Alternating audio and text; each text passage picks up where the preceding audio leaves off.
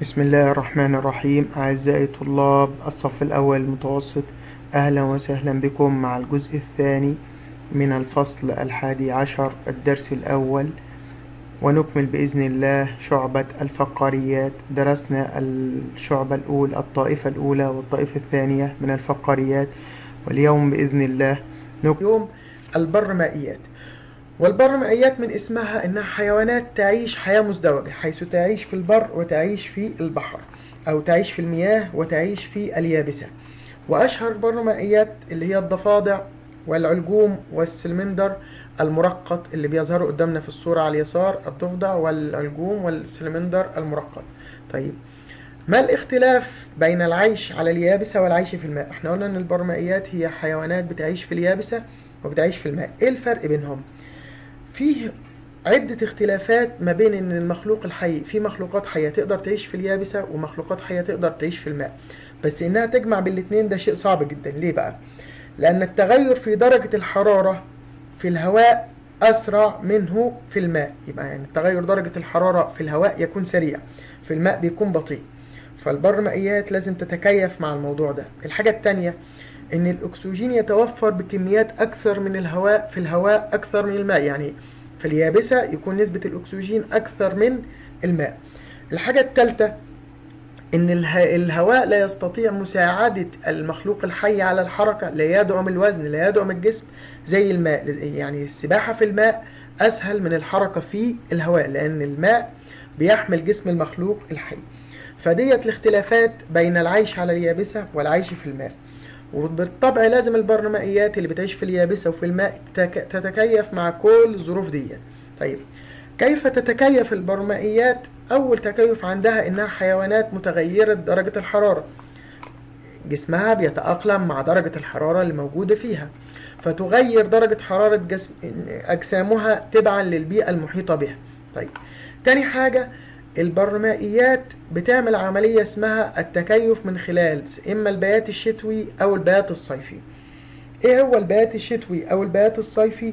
دي عملية بتقوم بيها بعض البرمائيات للتغلب على الظروف المحيطة بها. فمثلا في الصيف لما ترتفع درجة الحرارة، بتقوم الضفادع بدفن نفسها في الطبقات السفلى من الأرض حتى تمتص رطوبة الأرض وتخفض درجة حرارتها. زي الصورة اللي عندنا اللي على اليمين، الضفدع مختفي في الأرض تماما، مش ظاهر غير عينيه، بيحاول ينزل في طبقات تحت من الأرض تكون درجة الرطوبة فيها أعلى شوية. وفي فصل الشتاء عند انخفاض درجة الحرارة بيعمل نوع تاني من الخمول اسمه البيات الشتوي. البيات الشتوي هو فترة خمول أثناء الطقس البارد. طيب، الضفدع بيعمل ايه؟ عشان يحافظ على الطاقة اللي موجودة في جسمه، بيدفن نفسه في الطين أو في أوراق الأشجار، ويغطي نفسه بطبقة من الطين أو من أوراق الأشجار حتى يحافظ على درجة حرارة جسمه، يدخل في فترة خمول طويلة لغاية لما تبقى الظروف مواتية ويتحرك وينشط مرة تانية.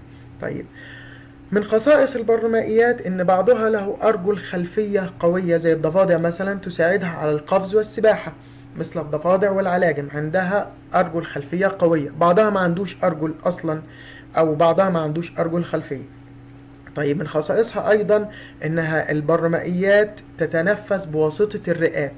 البرمائيات في مراحل عمرها بتعدي بفترات تتنفس بواسطة الرئات، وفترات تانية بتعمل تراكيب زي الخياشيم. ايه الفرق بينهم؟ هنعرف دلوقتي الكلام ده بالتفصيل.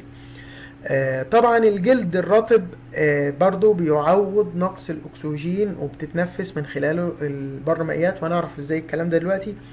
طبعا من البرمائيات ما يمتاز بطبلة أذن متحركة حتى تهتز وتتأثر بحركة الوسط المحيط وتدرك الصوت، ولها عينان كبيرتان لتمكنها من رؤية في عدة اتجاهات.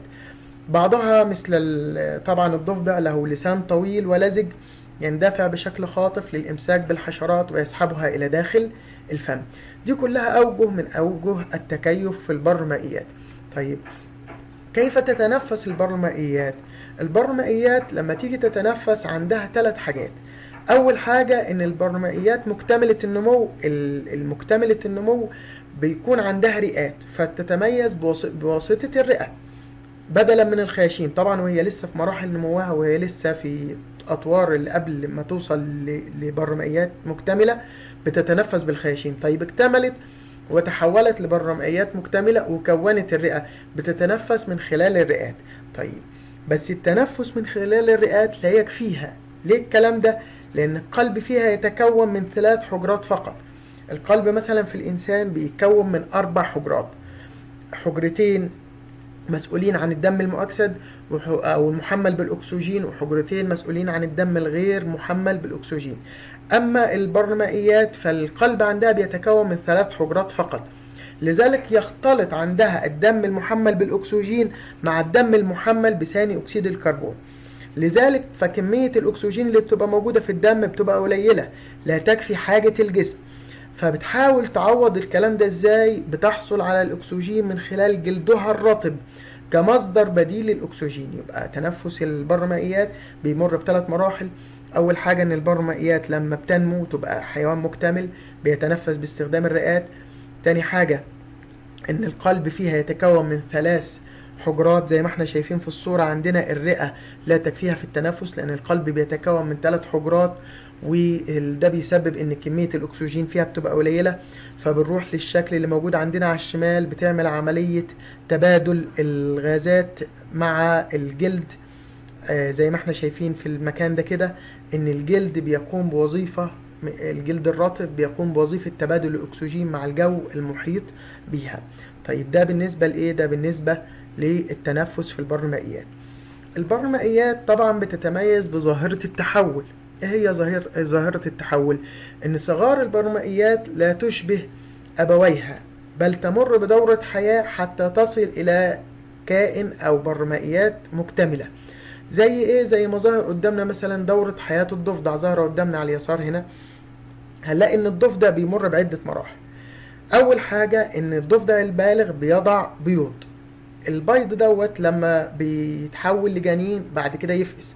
بعد ما يفقس البيض في الماء، يعني اول حاجة الضفادع تضع البيوض في الماء، بعد ما البيوض في الماء يحصل لها عملية اخصاب تتحول لجنين. بعد كده البيوض لما تفقس يخرج منها مخلوق صغير يشبه اليرقة، بيسموه ابو ذنيبة. ابو ذنيبة او المخلوق الصغير اللي الضفدع دوت بيمر بعدة مراحل. طبعا الضفدع الصغير اللي هو ابو ذنيبة ما بيكونش عنده رئة يتنفس بها، لذلك يكون بيتنفس من خلال الخياشيم، وما عندوش رجول يتحرك بيها.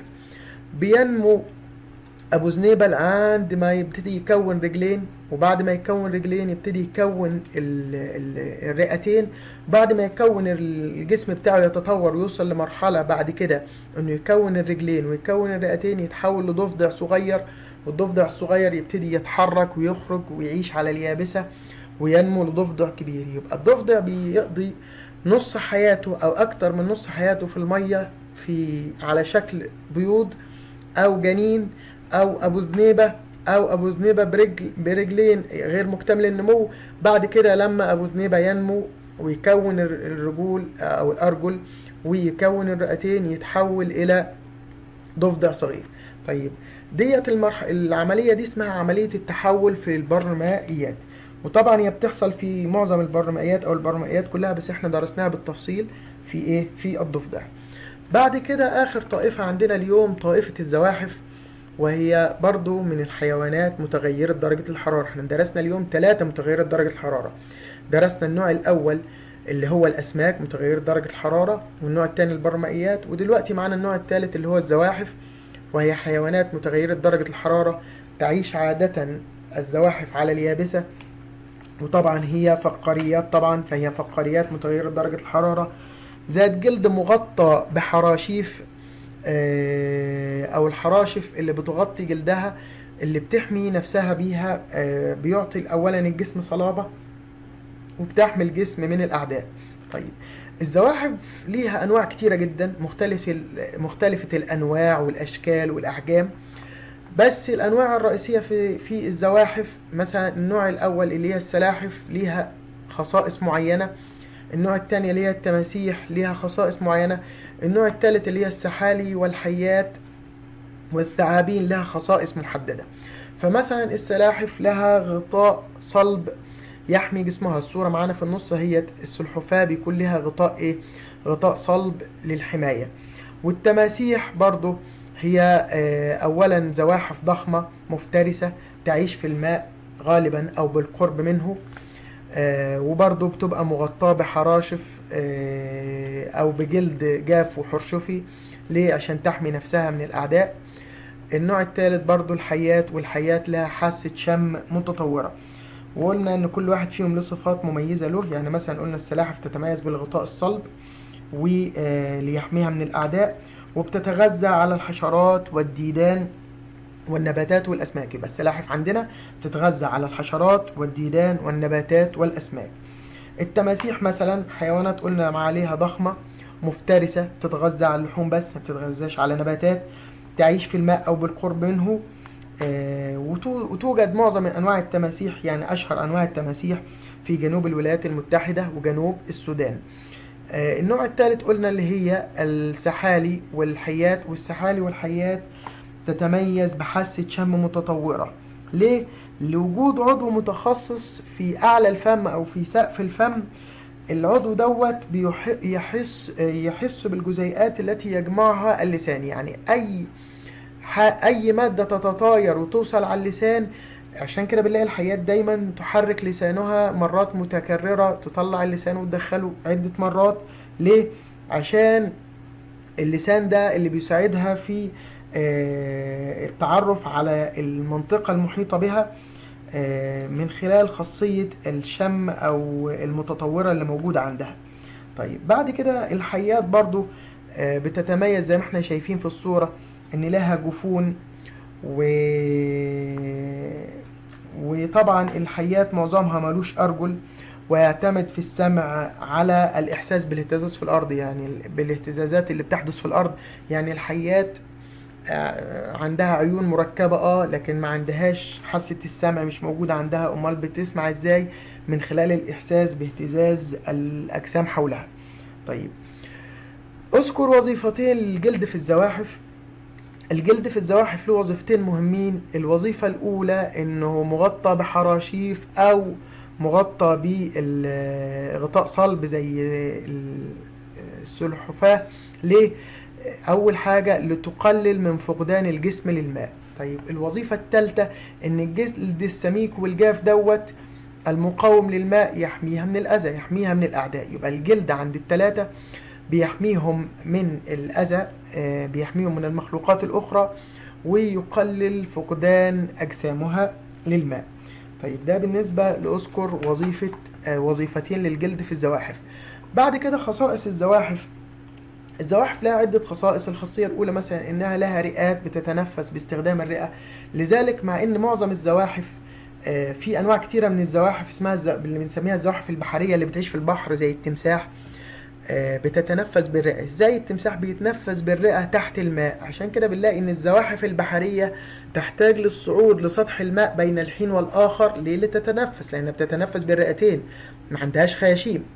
لذلك فالزواحف تحتاج للصعود لسطح الماء بين الحين والآخر. ليه؟ لتتنفس، لأنها تتنفس بالرئات. طبعا الزواحف معظمها له عنق طويل يتيح لرأسها الحركة والرؤية على نطاق واسع. عندنا الثلاثة هم لهم عنق طويل أو عنق متحرك يسمح لها بالحركة والرؤية على نطاق واسع. وتتكاثر الزواحف من خلال عملية الإخصاب الداخلي بخلاف باقي المخلوقات أو الفقاريات مثل الأسماك أو البرمائيات التي تتكاثر عن طريق الإخصاب الخارجي، إلى أن الزواحف تتكاثر عن طريق الإخصاب الداخلي. والإخصاب الداخلي هو عندما يتم تلقيح الحيوانات المنوية البيوض داخل جسم الأنثى، فبنسميها عملية الإخصاب الداخلي، عندما يكون التلقيح داخليا داخل جسم الأنثى. وينتج عن ذلك أن تضع الأنثى البيوض المخصبة، والتي يطلق عليها اسم البيوض الأمونيونية لأنها تكون مغطاة بقشور صلبة لحمايتها. وعندما تضع الأنثى البيوض المخصبة يكون الجنين داخل البيضة غير مكتمل النمو، فيتغذى الجنين على مادة صفار البيض الذي يوجد بداخلها والذي يعرف باسم المح.